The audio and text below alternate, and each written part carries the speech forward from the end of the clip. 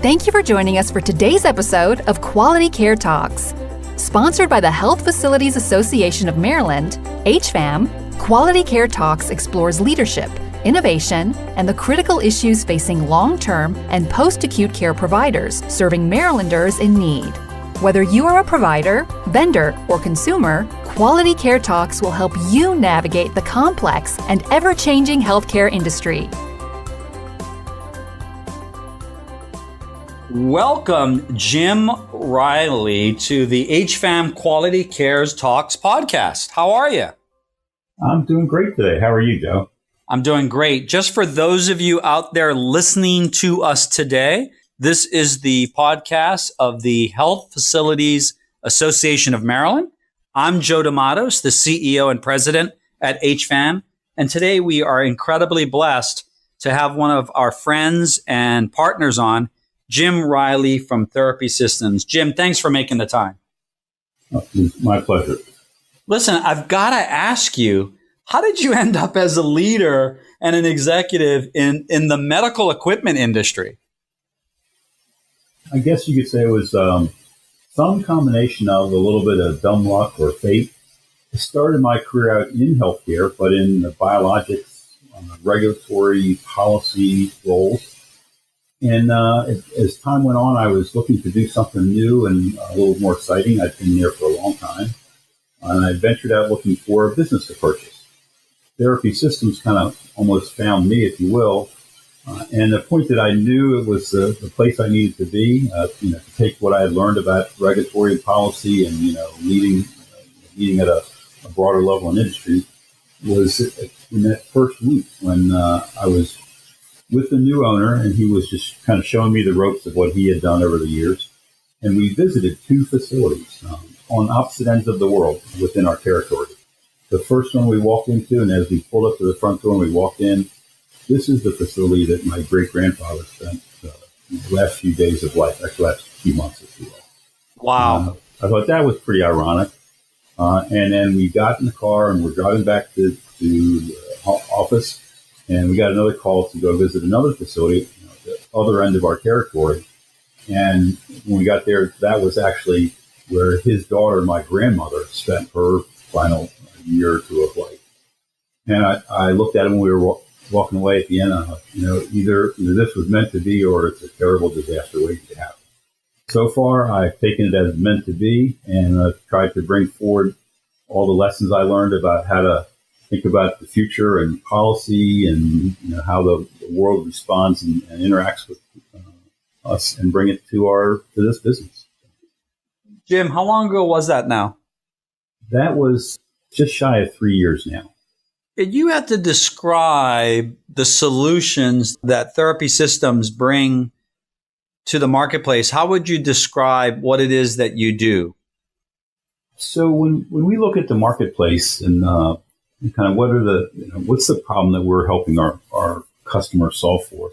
I don't know that it's per se a new or novel problem as much as it's the same. Lots of businesses, if you'll have it. It's about service. Our customers, the 200 or so skilled nursing, rehabilitation, post-acute care facilities that we service throughout Maryland, D.C., our role is to have for them the equipment that a patient may need when they arrive. So when the hospital calls them and says, we're discharging a patient, he needs this specialized bariatric bed or this specialized support surface, wound pump, or whatever it may be, something we have, and they don't have in their normal inventory, they need to count on us. They can say yes to accepting that patient, and that within basically immediately, we'll have it on their doorstep and ready for the patient when they arrive. That's in a nutshell the problem we solve, is making sure they have what they need when they need it. Jim, I can speak not just as the president and CEO of HFAM, but obviously as a son who's guided, his dad through that process as a patient.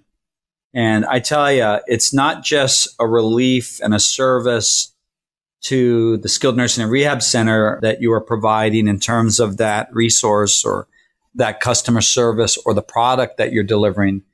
But, it's just one less thing that the family member has to worry about dad or mom or sister or brother in terms of their arriving at the skilled nursing and rehab center, whether it's for post-acute care or long-term care, people go to these centers from hospitals, and usually what got them into the hospital wasn't planned. There was some emergency event and their lives were thankfully saved at the hospital.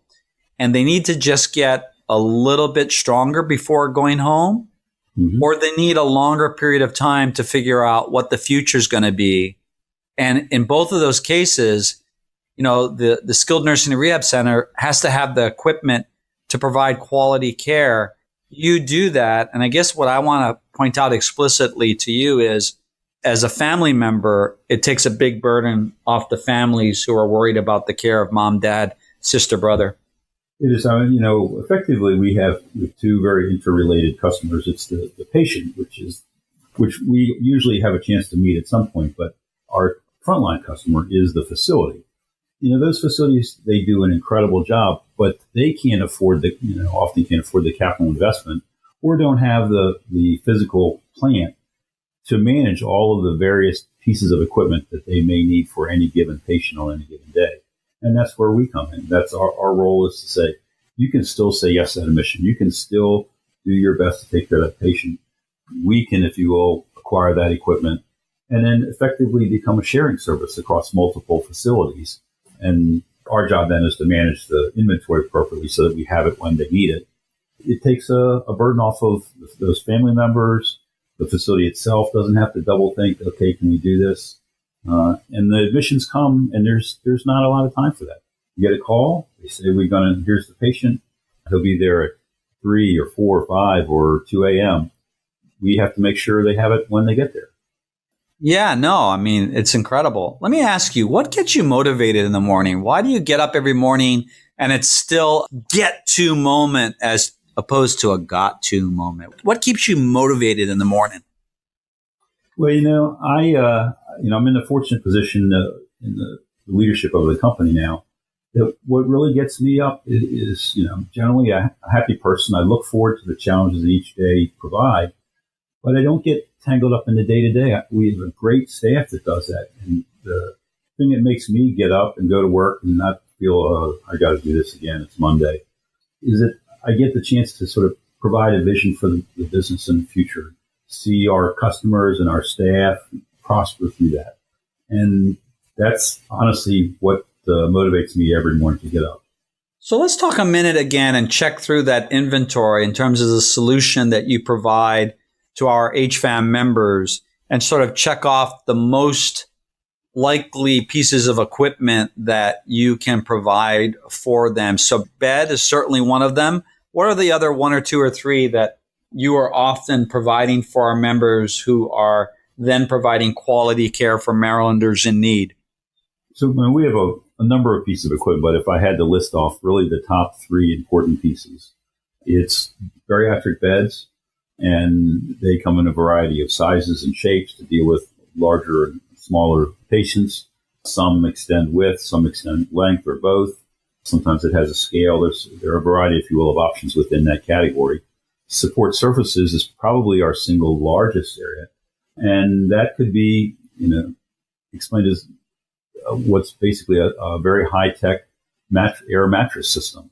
They can provide opportunities for the patient to, if you will, be rolled from side to side, if you will, a lateral rotation, or an alternating pressure mattress, which has baffles in it where they move the pressure off and on between an A and a B cell to help the patient sort of move just a touch, just enough to avoid a bed sore, or a low air loss, which provides a continuous flow of air to keep them cool and the skin appropriately moist without breaking down. And then there are combination mattresses that do multiple things at once. The third major item for us is a new item we introduced about a year and a half ago now, negative pressure wound therapy pumps, which essentially would be attached to the dressing for a large wound that's being a challenge to heal, and it removes the exudate on a constant basis until the wound is sufficiently healed to just be dealt with a standard dressing. Beyond that, we have a list, like many DME companies, we have some wheelchairs and we have walkers and commodes, but those are not our driving issues. Those aren't really specialty items. The others are items that facilities have a hard time maintaining in their own inventory. So, Jim, I've had the real honor and privilege to know you over the last almost 4 years at HFAM, and I'm aware that we share something in common in that we are association executives. You've spent a long time as an association executive working on issues of public policy and healthcare, all of which got you to today as the owner-operator of Therapy Systems. At this point, what do you consider your personal mission? I guess I never really thought about it as a personal mission, but I guess what I could say is I just enjoy seeing our staff, our employees, our customers prosper, benefit, accomplish new things and new heights, whether it's for our employees and staff just simply providing a good job, growth opportunities, and helps them with keeping a roof over their heads and feeding their families, to our customers who will benefit from the services we provide and add value to the patient population that they serve. I don't know if I would call that a mission as much as just something that I enjoy seeing accomplished on a day-to-day basis. Outstanding. You are listening to Quality Care Talks, produced by the Health Facilities Association of Maryland, HFAM. We'd like to invite you to join us at the HFAM Leadership Institute on May 3rd, 2018, at the Hotel at Arundel Preserve.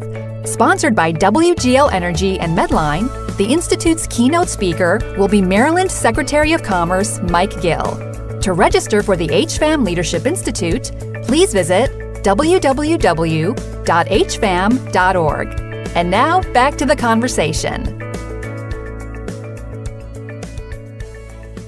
Hey, welcome back, everyone. This is Joe D'Amatos, the President and CEO of the Health Facilities Association of Maryland, with our Quality Care Talks podcast. And today we are welcoming back as our guest, Jim Reilly from Therapy Systems. Jim, welcome back. Oh, thank you. What's your take? Are you bullish or bearish on the future of senior living and healthcare? That's an easy one for me. The answer is absolutely bullish. I think there's lots of naysayers out there, and there's lots of people that say there are incredible headwinds for this segment of healthcare. There's pressures to increase our IT systems on every level, both our customers as well as ours, dealing with electronic medical records and integration there, upgrading the quality of the facility so that it's almost like walking into a resort facility as opposed to a more traditional healthcare environment that we're all used to seeing, and coming up with the capital to do all that under the pressure of everyone trying to control healthcare costs, bring it down, at the same time raising both the visual as well as functional infrastructure and the quality of the care all simultaneously.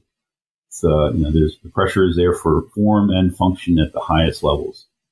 Despite that, I think you can look back at this segment of healthcare and say they have always risen to the occasion. They've always managed through those tough times, and that makes it bullish.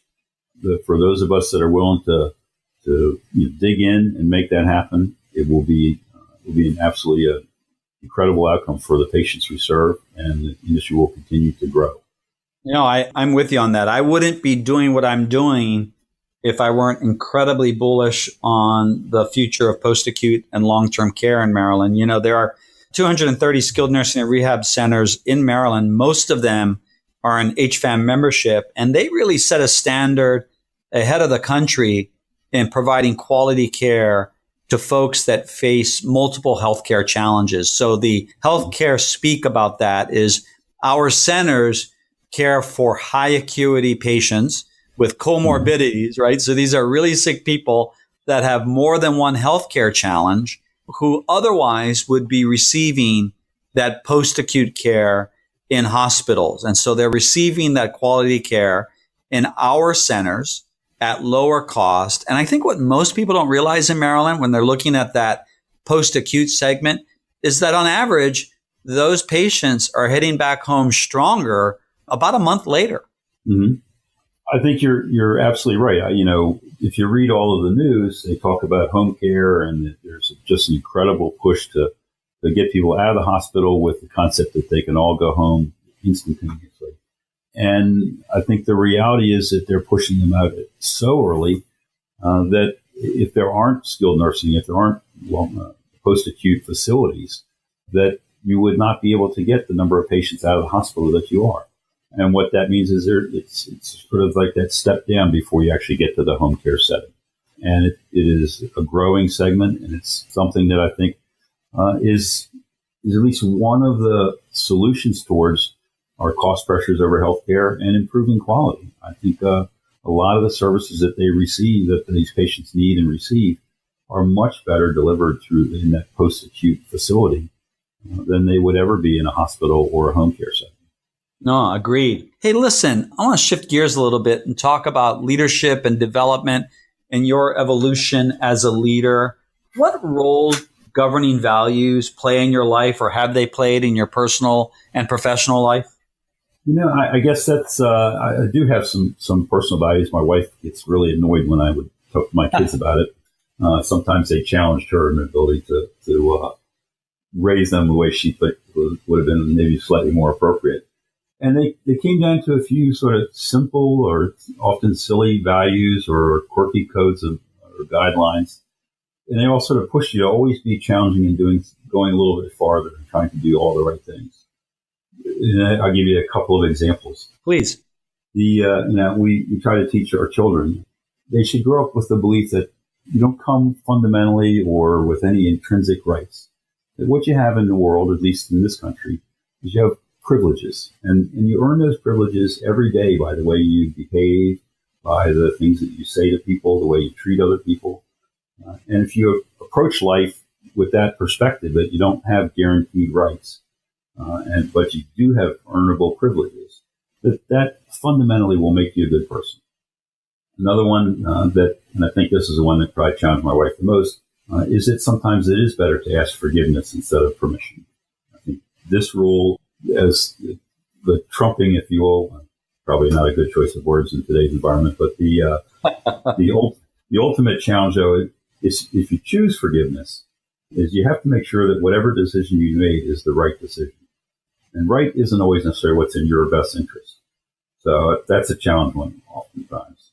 And somewhat related to that same concept is deciding in life whether you are on any given issue, whether it's your profession or your personal life or on just, the challenge of the day, is there are people who just are followers. They will follow the rules and they will do an incredible job. There's also people who are rule makers, and that's where the leaders come from. And, you just have to decide which one of those two are you going to be on any given day or your profession or your personal life. But it all ultimately has to come back and is challenged with the question of, did you do the right thing? And whether the right thing was in your personal best interest or not is not a relevant part of that question.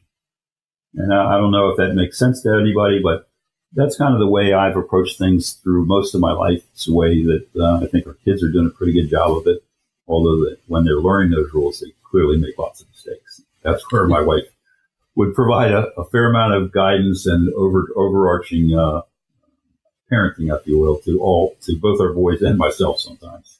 Well, it's in the mistakes that you really do the best learning. So, no, I think all of those governing values resonate with me. Hey, What do you consider urgent in your personal and professional lives? What's urgent? I'd say, on the professional side, urgent to me right now is to make therapy systems really a valued partner to our employees and our customers. On the personal level, got a couple of great kids who are really actually adults with grandchildren. Watching them and helping them, guiding them through becoming great parents and then grandchildren growing up and being prosperous and so on is important to us, but I don't know that it's a day-to-day urgent issue. I got it. So one last question. I know from my conversations with you that you have been a lifelong learner who has benefited from both being a mentor and a mentee. Tell me about an important mentor in your life. There's probably two that actually rise to the top. One is my wife. She's just always been there, kind of behind me with support and wisdom, sometimes caution, and just helping me make some of the tougher decisions that get made in life. And the other is my father, who was both my boss initially and ultimately my business partner. He taught me, obviously, an enormous number of things. There's one that always came back to one lesson. If you repeated this to me once, he repeated it to me 1,000 times. And it's really ultimately been something that just has helped me to get to where I am. And it was all about communication. He taught me constantly, or repeated to me constantly, every time you have a conversation with someone, every time you communicate with, whether it's verbally or in writing, that you have to say to yourself, what did I say? What did I mean? And what did they hear? And then reconcile those things. And if it's going the reverse way, you're saying to yourself, what did they say? What did I hear? What do I think they really meant? And it's become almost a natural process for me. So I'm having a conversation. I'm always sort of thinking, not just the words they use, but what's their personal background? How do they use language? What are they trying to say to me?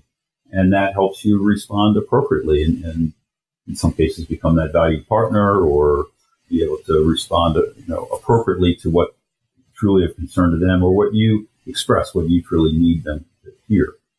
Beyond that, there's probably a dozen or so very close personal and professional friends that I've learned particular ideas here and there from. And there's another value I'd say I approach life with is you try to learn from everyone, the good, the bad, and the ugly. There's something to be learned from every interaction you have. Picking that nugget out is the key. Well, Jim, I'm going to share a lesson that I learned from some of my mentors, and that is effective leaders push the pause button. And, I'm going to push the pause button now and just tell you and feed back to you that your lessons just now about being intentional, effective leaders are intentional about what they say, what they mean, and what they think was heard in the communications in which they interact. And they take the time to plan on that and reflect on that. Let me just tell you, that is powerful advice. And your dad did you well to give you that advice. It certainly has come in handy, in every way, shape, and form for my career. So I guess I can't say thank you to him enough for that. I don't think so. So, Jim, how can people reach out to Therapy Systems? Where can they find you? Let's do a little plug here. Okay. Well, Therapy Systems is headquartered out of Annapolis, Maryland, although we service literally the entire state of Maryland from the far reaches on the western side to the eastern shore, and north and south down into Virginia as far as Richmond. And north, we don't typically go across the PA line, but most of the state. So headquartered out of Annapolis, they can reach us by phone. It's 410-263-5557. Or me personally via email at jereilly@therapy-systems.com. Well, Jim, thank you very much for making the time today. And thank you for the support that you've shared and shown for HFAM, all these years. It is our 75th year, and we're going strong. And we look forward to another 75 years going ahead. And we can only do that if we have the Jim Reillys of the world and Therapy Systems be the resource that you are to our members, the people in their care, and to HFAM. So I got to genuinely thank you. Thank you very much. Well, I appreciate that, Joe. And you mentioned earlier that my background included starting in the policy side through associations. And it was probably the very first thing I did when I took the company over was to find out what's our relationship with the society or the association. What can we do to help? Getting effective change throughout an entire industry really can't come about without a truly effective association in place. And 75 years is an incredible run. So I think a lot of credit goes to you and your forerunners in that. And I just appreciate you allowing me to be a part of it. Thank you so very much. For those of you listening, you've been listening to Jim Reilly from Therapy Systems, Joe D'Amatos, the president and CEO of HFAM, the Health Facilities Association of Maryland. And you've been listening today to HFAM's Quality Care Talks. Remember to subscribe, like it, and to share it. And until we talk again, Be well. Thank you for joining us on Quality Care Talks. We would love your feedback on today's episode. Please be sure to rate us on iTunes. And don't forget about the upcoming HFAM Leadership Institute on May 3rd, 2018. Register today at www.hfam.org. We hope to see you there. Quality Care Talks is produced by the Health Facilities Association of Maryland, the state's oldest and largest association of skilled nursing and rehabilitation centers. For more information, visit www.hfam.org or send us an email at hmorris@hfam.org.